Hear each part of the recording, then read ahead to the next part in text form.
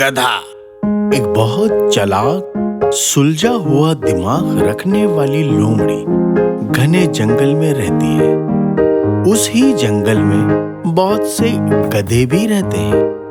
गधे और लोमड़ी में एक बहस हो जाती है। गधा कहता है, घास नीले रंग की होती है।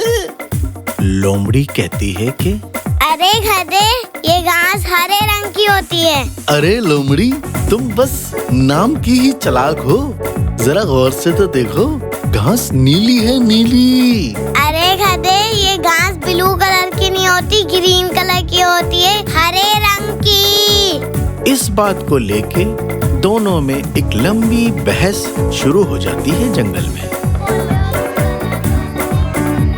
इन दोनों की इस बहस को देखकर जंगल के कई जानवर इनका तमाशा देखते हैं और देखते ही देखते मजाक उड़ाना शुरू कर देते हैं। बात जंगल के बादशाह तक पहुंच जाती है। लोमड़ी और गधा जंगल के बादशाह शेर के पास जाते हैं।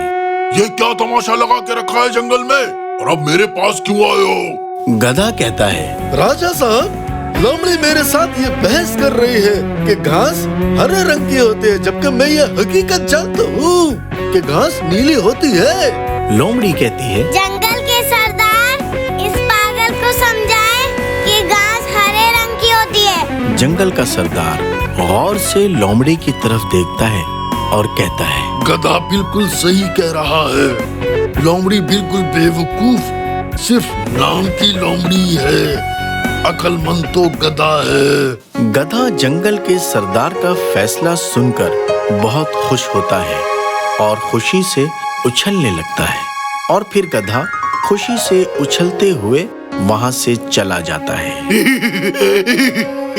और फिर लोमड़ी साहिबा जंगल के बादशाह सलामत से पूछती है, आप और मैं इस धरती के सारे लोग जानते हैं कि घास हरी रंग की होती है, फिर भी आपने मेरी बेइज्जती कराई और इस बहस में आपने गधे को जिता दिया। आपने ऐसा क्यों किया सरदार जी? जंगल का सरदार लोमड़ी से कहता है, तुम सिर्फ नाम की लोमड़ी हो। अगर तुम वाकई हकीकत में चालाक होती तो गधे से बहस ही नहीं करती। कभी कभी खामोश रहकर अपनी इज्जत और टाइम को बचाया जाता है। क्या तुम्हारी इस बहस से गधे ने तुम्हारी बात मान ली, या मेरे गलत फैसले से घास नीली हो गई? तुम देखो, घास तो अपने हरे रंग में ही चमक रही है। शेर बोलता है, तुम और ये सारे बच्चे इस बात से ये सबक ले लो, कभी भी गधे या गधे जितनी अकल रखने वाले लोगों से या किसी भी मखलूक से ऐसी बात पे बहस नहीं करो। कभी कभी खामोश रहकर भी जीतना होता है, मगर गधे जैसी अकल रखने वालों से कभी बहस नहीं करनी चाहिए। समझी जंगल की लोमड़ी?